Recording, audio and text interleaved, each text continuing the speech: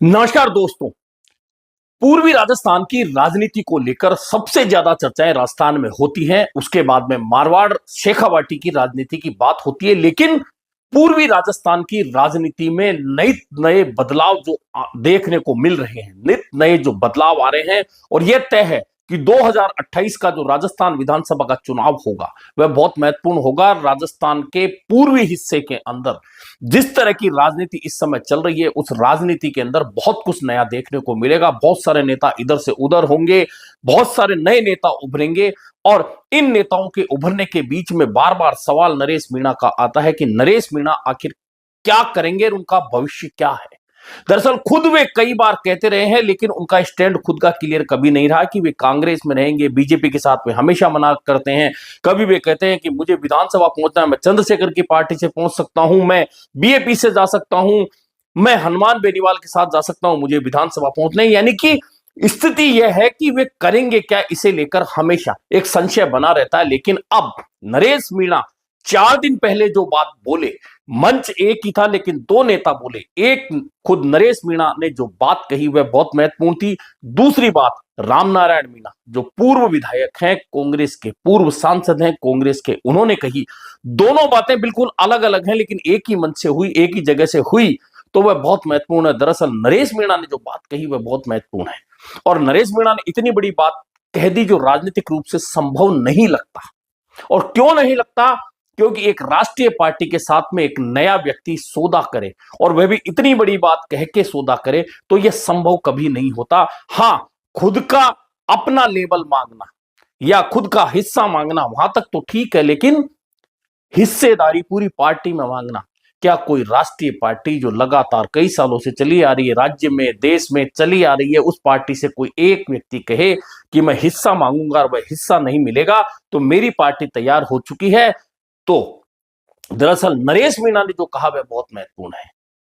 वे बार बार ये तो कहते हैं कि मैं इस जन्म में बीजेपी के साथ नहीं जाऊंगा, और मैं बार बार यही कहता हूं कि बीजेपी क्या उन्हें बुला रही है, यह बात उन्हें खुद को बतानी चाहिए या बीजेपी के नेताओं को क्लियर करना चाहिए। सबसे बड़ी बात तो यह है। दूसरी बात जो उन्होंने बोली कि मैं कांग्रेस के लिए अभी मैंने एक रास्ता छोड़ रखा है, और वह रास्ता क्या छोड़ रखा है कि बातचीत जब करूंगा तो पार्टी मांगूंगा, वरना मेरी पार्टी के कागजात तैयार हो चुके हैं, मैंने पार्टी बना ली है।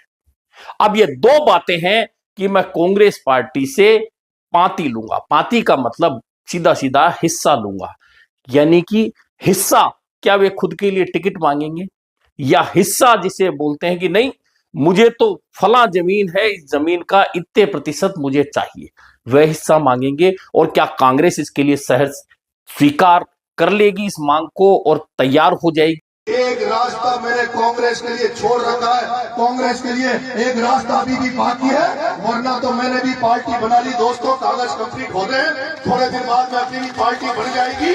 या तो कांग्रेस सम्मानजनक हमें बराबर का सम्मान दे दे, ठीक नहीं मांगेंगे, हम बराबर में बैठ के बात करेंगे। कल भी मैं गंभीरा रामसिंहपुरा वाले लोग वहां सुन रहे थे, महाराजपुरा में मैंने कहा था नरेश मीणा अगर कांग्रेस में बात करेगा तो बंटवारे की बात करेगा, पार्टी मांगूंगा पार्टी। तो कोई भी राजनीतिक व्यक्ति अच्छी तरह से जानता है कि नरेश मीणा 3 बार निर्दलीय के तौर पर विधानसभा का चुनाव लड़ चुके हैं, तीनों बार वे चुनाव हार चुके हैं।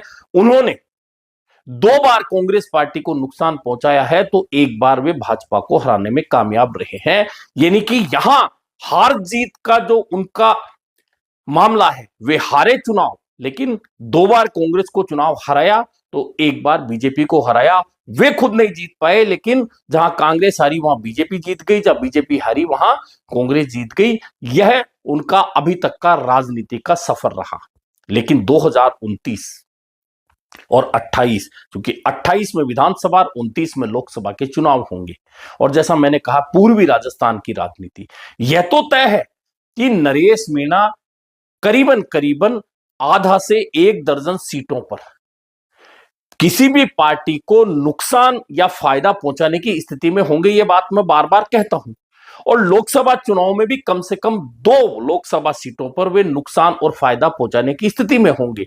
लेकिन क्या वे जो बात कह रहे हैं कि मैंने पार्टी बना ली है, कागजात तैयार हो गए, पार्टी मांगूंगा, पार्टी नहीं दी तो अपनी पार्टी के साथ सामने आऊंगा, लेकिन क्या वह पार्टी स्टैंड कर पाएगी? क्योंकि किसी भी पार्टी को बनाना बहुत आसान है, उस पार्टी को चलाना बहुत मुश्किल है। और बड़े बड़े नेता, राजस्थान में आपको याद होगा किरोड़ी लाल मीणा ने भी पार्टी बनाई थी, देवी सिंह भाटी और लोकेंद्र सिंह कालवी जैसे दिग्गजों ने भी पार्टी बनाई थी, और भी बहुत सारी पार्टियां बनी हुई है, लेकिन उनका भविष्य क्या रहा, यह राजनीतिक रूप से सभी को ध्यान रखना चाहिए।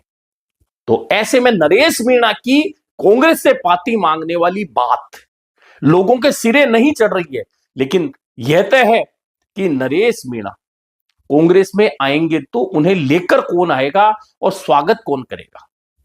दरअसल नरेश मीणा कांग्रेस के वर्तमान के तमाम नेताओं एक को छोड़कर निशाने पर ले चुके हैं, और खासतौर पर उसी पूर्वी राजस्थान में, जिस पूर्वी राजस्थान की राजनीति की वे बात करते हैं, या उनकी जमीन या उनका पैर जहां जमा हुआ है, उस पूर्वी राजस्थान के भी कई नेताओं को वे निशाने पर ले चुके हैं। चाहे वे मुरारी लाल मीणा हो, चाहे वे हरीश मीणा हो, चाहे प्रमोद जैन भाया हो, चाहे शांति धारीवाल हो, चाहे अशोक चांदना हो, तमाम नेताओं को वे किसी ना किसी बहाने से किसी ना किसी बात पर हमेशा निशाने पर लेते रहे। ऐसी स्थिति में कांग्रेस उनको हिस्सा देगी तो ये नेता क्या करेंगे, सवाल यह है।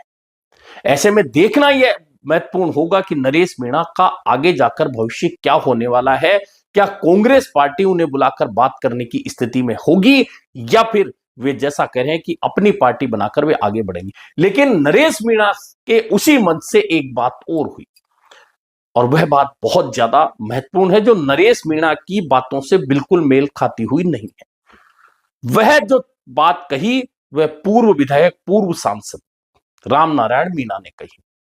और रामनारायण मीणा ने जो बात कही वह यह थी कि कुछ लोग, आपको याद होगा, मानेसर पार्टी तोड़ने गए थे। ध्यान दीजिए इस बात का, इस पॉइंट का। रामनारायण मीणा कहते हैं कि कुछ लोग पार्टी तोड़ने मानेसर गए थे, मैं उनके साथ नहीं गया क्योंकि मैं पार्टी तोड़ना नहीं चाहता था। यह 2 लाइनें रामनारायण मीणा ने उस मंच से कही जहां पीछे नरेश मीणा का फोटो लगा है, और वह नरेश मीणा की सभा से रामनारायण मीणा अगर बोल रहे हैं और इतनी बड़ी बात बोल रहे हैं, तो आपको याद होगा कि मानेसर कौन गया था। आपका रामनारायण, मैं आपसे कहना चाहता हूं, जब लोग पार्टी तोड़ रहे थे, मानेसर गए थे, जब मैं एमएलए था पिछले काम, आपको याद होगा, मैं मानेसर इसलिए नहीं गया कि मैं पार्टी नहीं तोड़ना चाहता था। मैं जिस पार्टी में था उसी में रहना चाहता था। तो बड़ा नाराज हो गया, मैं साथ नहीं गया, क्योंकि जो राजनीति में एक दफा बढ़ गया, शायद बिरला ही वो मनमोहन सिंह था जो ईमानदार रहा, ताज जरूर ईमानदार रहा, और उसने किसानों के हित में काम किया था। आपको पता है, देवगौड़ा जी जब प्रधानमंत्री बने तो 6 रुपया खाद के कट्टे में कम किया कि नहीं किया? देवगौड़ा को हाथ दिया। तो ईमानदार लोग नहीं है। आप देखिए, जब आप लोग वोट देते हो तो स्थितियां बदलती है। आज आपने वोट दिया, पीछे उसकी कोई बात नहीं कर रहा। मैं आपसे कहता हूं, नेताओं को कब से मिलो, किसी पार्टी का एमएलए हो। मानेसर सचिन पायलट के नेतृत्व में अन्य 18 विधायक गए थे, उनमें भी पूर्वी राजस्थान के विधायकों की संख्या मुरारी लाल मीणा, हरीश मीणा, अमर सिंह जाटव, ये वे विधायक, जीआर खटाणा, यानी कि पूर्वी राजस्थान की उस राजनीति जिसमें वे हिस्सेदार हैं, उसमें रमेश मीणा का नाम भी जोड़ लीजिए, उसमें विश्वेंद्र सिंह का नाम भी जोड़ लीजिए, यानी कि ये तमाम विधायक जो पूर्वी राजस्थान के थे वे सचिन पायलट के साथ गए थे मानेसर। और रामनारायण मीणा कहते हैं कि मानेसर जाने वाले लोग पार्टी तोड़ने गए थे। अब यहां बात यह आती कि नरेश मीणा सचिन पायलट को लेकर तो सहज रहते हैं, लेकिन कांग्रेस के बाकी नेताओं को लेकर असहज रहते हैं या उन्हें निशाने पर लेते हैं। लेकिन उसी मन से अगर एक पूर्व विधायक कहते हैं कि लोग पार्टी तोड़ने मानेसर गए थे, मैं उनके साथ पार्टी तोड़ने नहीं चाहता था इसलिए मैं नहीं गया, यह बात बहुत महत्वपूर्ण हो जाती है। और पूर्वी राजस्थान की राजनीति में यह बात हमेशा चर्चा में रहेगी कि आखिरकार मानेसर को लेकर जो चर्चाएं हुई है उनकी सच्चाई वास्तव में है क्या, क्योंकि पूर्व मुख्यमंत्री अशोक गहलोत मानेसर को लेकर हमेशा इन विधायकों को निशाने पर लेते रहे हैं कि भाजपा से डील की गई थी। वह डील कितने की हुई थी, किसने की थी, किसको क्या मिला, यह चर्चा हमेशा होती रहती है। और जब नरेश मीणा और रामनारायण मीणा एक मंच पर होते हैं, वे नरेश मीणा अपनी पांति मांगने की बात करते हैं और रामनारायण मीणा वहीं से कहते हैं कि मैं इसलिए नहीं गया कि लोग मानेसर पार्टी तोड़ने गए थे और मैं पार्टी तोड़ना नहीं चाहता था। ये दोनों बातें अलग अलग हो जाती हैं एक ही मंच से बोली हुई। यानी कि पूर्वी राजस्थान की राजनीति में नरेश मीणा असर दिखाएंगे, इससे किसी को इनकार नहीं है। कितना दिखाएंगे, कहां से लड़ेंगे, कहां से नहीं लड़ेंगे, जीतेंगे हारेंगे, उनकी पार्टी होगी, किसी पार्टी में राष्ट्रीय पार्टी में शामिल होंगे या क्या स्थिति होगी, ये तमाम बातें 2027 के बाद लोगों के समझ में आएंगी, जब स्टैंड पार्टियों का और नरेश मीणा का क्लियर हो जाएगा।